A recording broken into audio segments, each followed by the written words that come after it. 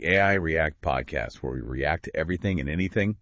And today we're going deep on a track that's pure 90s hip-hop. Oh, yeah. Two of America's Most Wanted by Tupac, featuring Snoop Dogg. Classic. We've got the lyrics right here from Litras.com. Okay.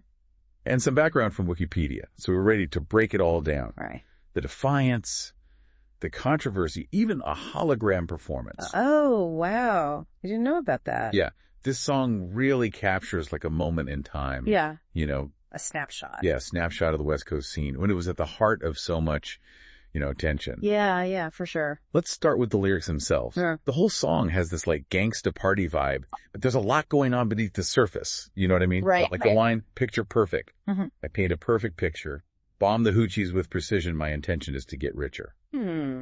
That's Tupac at his most unapologetic right. Absolutely. And remember, this is 1996. Tupac was facing serious legal troubles. Oh, right. The East Coast-West Coast rivalry was at its peak. Uh-huh. And the media scrutiny was intense. Yeah, they were all over him. So those lyrics are just dripping with defiance, like a refusal to be silenced or to back down from all that pressure. Totally. And he brings Snoop right into that defiant spirit. Rapping with the SNOOP dog, my fucking homie, use a cold-ass nigga on them hogs. Yeah. It's like they're presenting a united front. Yeah. In the face of all this adversity.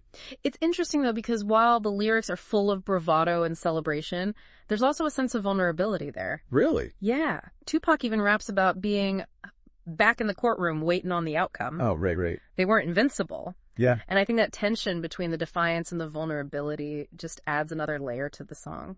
Definitely.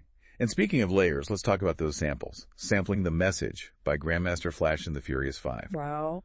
That's a bold move. It's not just a nod to hip-hop's roots, you Yeah. know? It's almost like they're taking that message of social commentary and they're amplifying it for their generation, like building on the legacy of those who came before them, Right. while forging their own path.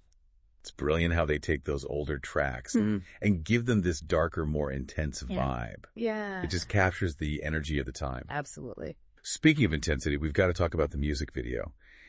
It's practically a cinematic masterpiece with a parody of Biggie Smalls and Puff Daddy. Oh, yeah.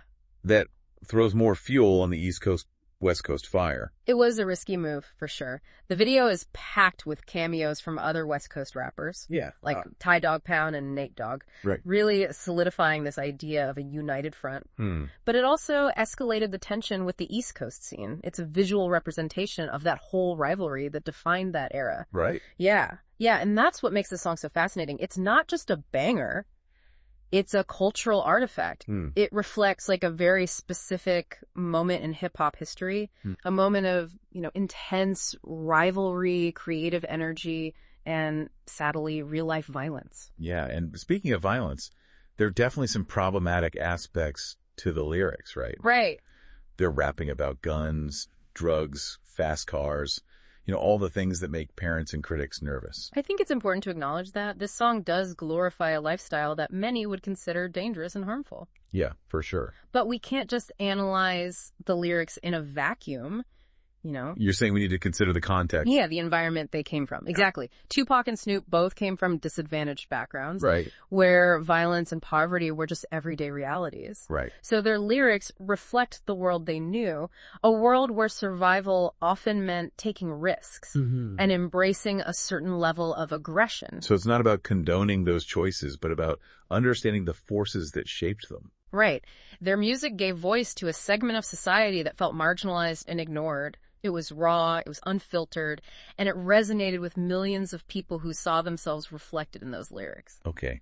But I'm still wrestling with the glorification of violence. I mean, the line, I live in fear of a felony, I never stop bailing these motherfucking G's. That's pretty intense. It is intense, and I think it speaks to the complex reality of their lives. They were caught in a system that felt rigged against them, where even achieving success could put them at risk. That line conveys a sense of paranoia and loyalty, the feeling that they had to constantly watch their backs, protect their own. Yeah, I get that.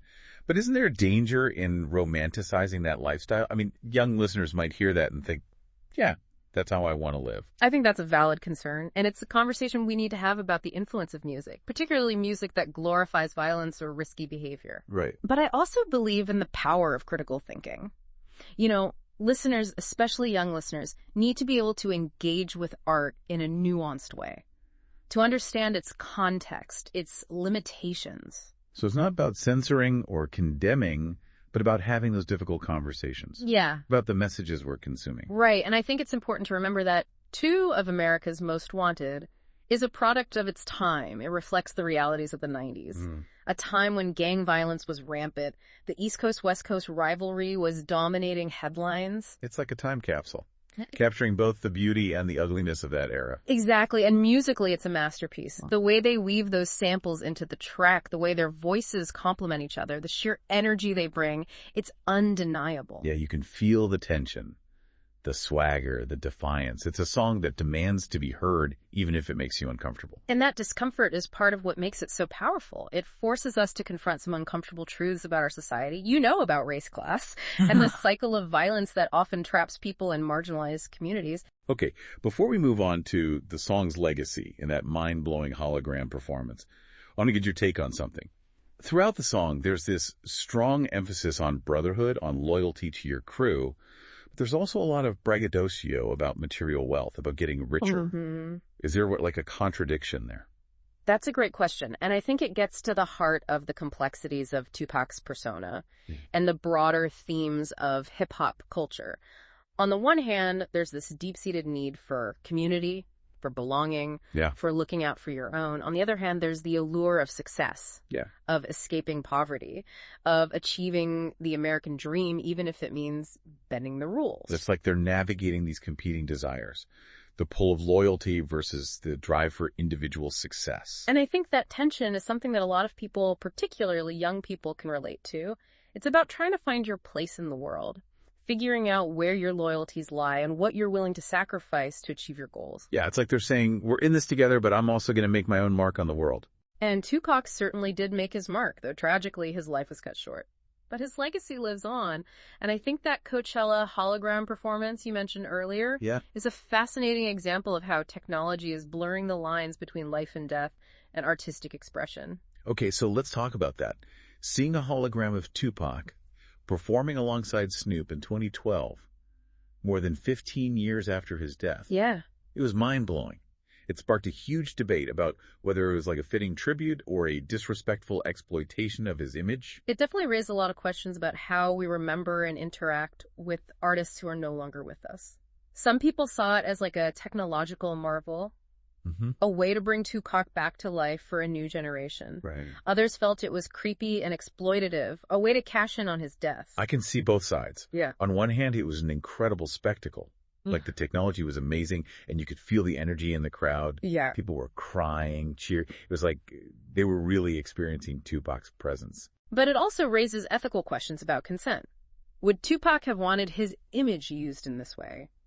Do we have the right to resurrect artists digitally, even if it means potentially distorting their legacy? That's a tough one. I mean, on the one hand, it's a way to keep his music and his message alive. But on the other hand, it's also a form of manipulation.